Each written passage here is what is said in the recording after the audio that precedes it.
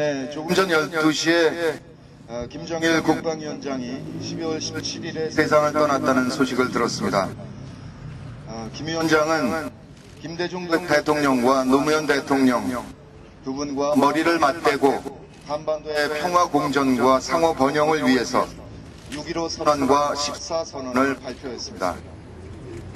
이 정신은 이후에도 반드시 존중되어야만 합니다. 모든 것을 떠나서 같은 민족 구성원으로서 삼가 조의를 표하며 평화 공존을 바라는 국민들의 뜻을 받들어서 우리 정부가 지혜롭게 대처하기를 바랍니다. 시민 여러분 반갑습니다. 문성근입니다. 안녕하십니까?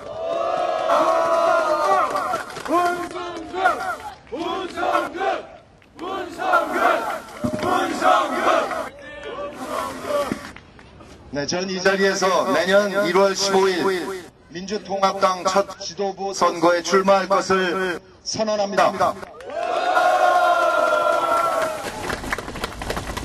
저는 2002년 노무현 후보를 돕고 나서 국민께 드린 약속대로 제 본업인 배우로 돌아갔습니다.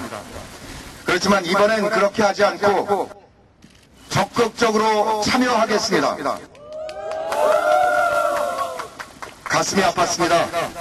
서민의 아픔을 보듬고 나누려 했던 김대중 노무현 대통령님, 그렇게 애타게 갈망하고 무연 최루탄 속에서 피 흘리며 쟁취했던 민주주의가 후퇴하는 이 시대가 서러웠습니다. 특히 노무현 대통령 서거 이후 많은 분들께서 망연자실한 채 주저앉아 있었습니다. 그러나 언제까지 뒤돌아보기만 할 수 없습니다. 일어서겠습니다. 다시 시작하겠습니다. 지난해 8월 여기 대한문 앞에서 저는 국민 여러분께 야권 대통합을 제안했습니다. 오늘은 밀란이라 부르지만 내일은 성공한 시민혁명으로 기록될 것이다. 이렇게 선언하면서 첫 발을 내디뎠습니다.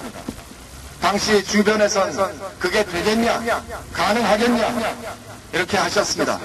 그런데 지난 8월 문재인 노무현재단 이사장, 이해찬 전 총리, 김두관 경남도지사, 그리고 서울시장 선거 즈음에서는 박원순 시장까지 합류했고 마지막에 한국노총까지 합쳐서 엊그제 민주통합당이 출범했습니다. 국민 여러분께서 바란 대로 완전한 대통합을 아직까지는 이루지 못하고 있지만 그 점 송구스럽지만 그래도 이만큼 전진했다 자부합니다. 100만 국민의 명령 운동을 하면서 전국 곳곳에서 시민들을 만났습니다. 경기도 부천시에 가니까 2008년도에 일어난 촛불 시민들이 아직도 촛불을 들고 계셨습니다. 다들 평범한 시민들입니다. 그분들이 이 추운 거리에서 몇 년씩이나 촛불을 들고 서 있게 한 것은 무엇 때문일까?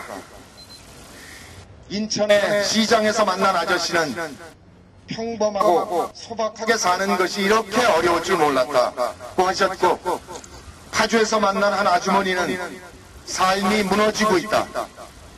제발 살게 좀 해달라. 저를 붙들고 눈물로 하소연을 하셨습니다.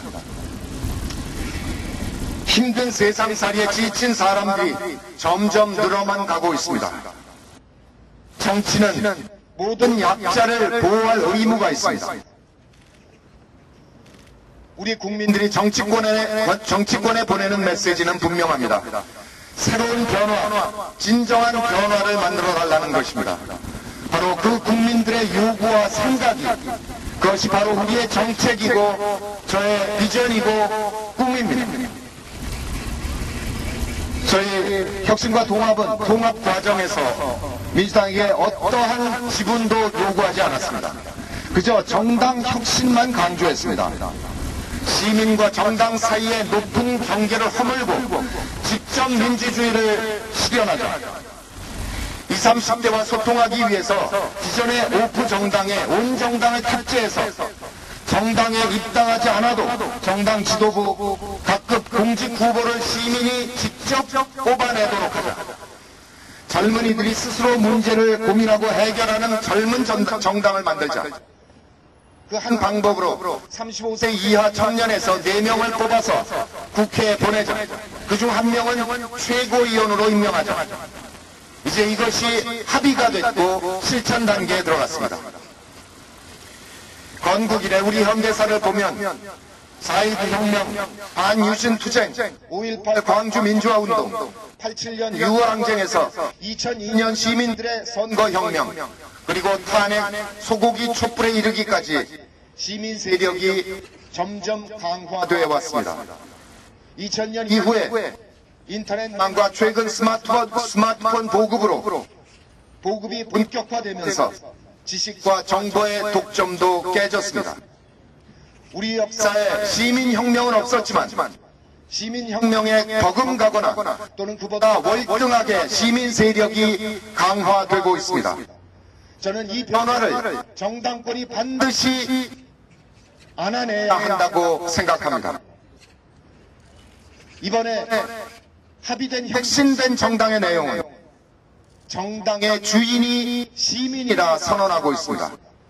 이번 민주통합당 첫 지도부 선거는 시민이 주도하는 새로운 정치의 첫 단추가 될 것입니다. 이제 막 설계에 들어간 민주통합당 1년 반 동안 저는 혁신적 통합정당의 밑그림을 구상하고 제시해왔습니다. 그 설계가 민주통합당에 안착되도록 해야 합니다. 시민들은 2008년 소고기 촛불, 희망버스, FTA 비준 무효 시위를 벌이고 계십니다. 수십만 명이 몇 달을 촛불을 들어도 저들은 꼼짝하지 않습니다. 우리 시민들은 다짐합니다. 내년 4월에 표로 심판하겠다. 옳습니다. 그렇게 하셔야 합니다. 그렇지만 민주진보 진영의 정당들이 충분한 자격을 갖지 못한 후보를 공천하면 어떻게 하시겠습니까?